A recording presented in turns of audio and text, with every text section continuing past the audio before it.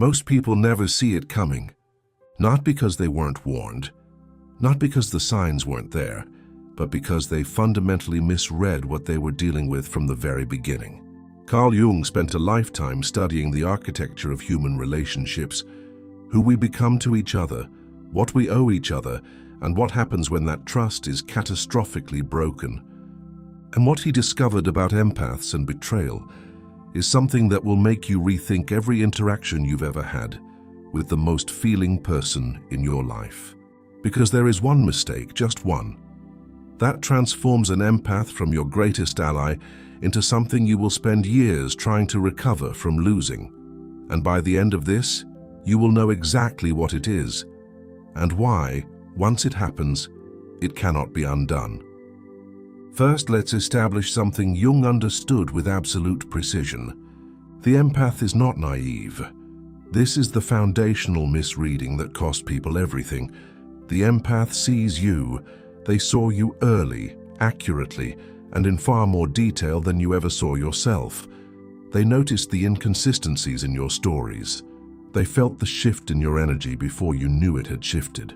They registered every micro-expression, every half-truth, every moment your words said one thing and your behavior said another. They stayed anyway. Not because they were blind, but because Jung identified in empaths what he called an extraordinary capacity for holding potential. The ability to love not just who someone is, but who they could become. To extend, almost infinitely, the grace of a future version of someone that may not yet exist. This is their greatest gift, and in the wrong hands it becomes the precise mechanism of their exploitation.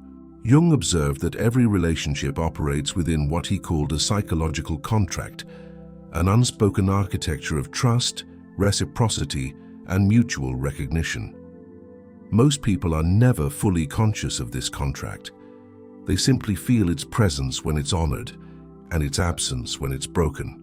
The empath is acutely conscious of it, every moment of it, every subtle renegotiation, every small withdrawal, every time the dynamic shifts, and something that was previously given is quietly taken back. They track this with a precision most people don't know is possible. And they grieve each small breach privately, recalibrate, extend more grace, try again. Jung called this process the long patience, and it is exactly as costly as it sounds. So what is the one mistake? It is not cruelty. It is not conflict. It is not even betrayal in the conventional sense. The one mistake that makes an empath your enemy for life is this: making them feel like their depth was a problem. Let that land. It is the moment you use their sensitivity against them, when you called their emotions too much, when you weaponized their vulnerability, took what they offered you in trust and held it up as evidence of their instability, when you made them feel that the very thing that made them capable of loving you so completely was the reason they deserved less in return. Jung identified this as one of the most psychologically violent acts one person can commit against another, not because it leaves visible damage, but because it strikes at the self-concept itself, at the core of how someone understands their own value and their right to exist as they are. The empath who has been made to feel that their depth is a burden doesn't just feel hurt, they feel fundamentally wrong. And that wound Jung knew does not heal quietly. Here is where most people make their second mistake. They assume time will fix it. They pull back, they regroup. Perhaps they feel momentarily guilty, and then they assume that the empath's continued presence means the damage has been absorbed, that the relationship has metabolized it, that because the empath is still there, still kind, still warm on the surface, the thing they did has been forgiven and filed away. Jung called this assumption unconscious entitlement, the belief that the people who love us most have an infinite capacity to absorb our worst behavior without permanent consequence. It is wrong. What is actually happening beneath that continued warmth is something far more significant. The empath is completing their assessment. They are taking the incident, placing it alongside everything that came before it, and running a calculation most people don't know is occurring. They are asking themselves, with a clarity they rarely speak aloud, is this who this person actually is? And they are waiting, not for an apology necessarily, not even for changed behavior. They are waiting to see if the person understands, without being told at what they did, whether they possess the self-awareness to see it. Most don't, and that silence, that absence of unsolicited acknowledgement becomes its own answer. Jung described the empath's breaking point not as an explosion but as a crystallization, not the dramatic rupture most people expect, not the confrontation, the accusations, the visible collapse of the relationship. Instead, something quiet and absolute. A moment where everything that had been fluid becomes fixed. The empath doesn't announce it. They don't issue ultimatums or final warnings. They simply know, in a way that lives below language, in a way that cannot be argued with or charmed away or gradually eroded back to uncertainty. They have seen enough. They have given enough. They have extended the grace of potential to someone who proved finally and definitively that the potential was never going to be reached, and they let go, not in anger, in conclusion. Now here is the part that haunts people for years, because the empath who has reached that crystallization point does not become your enemy in the way most people imagine an enemy.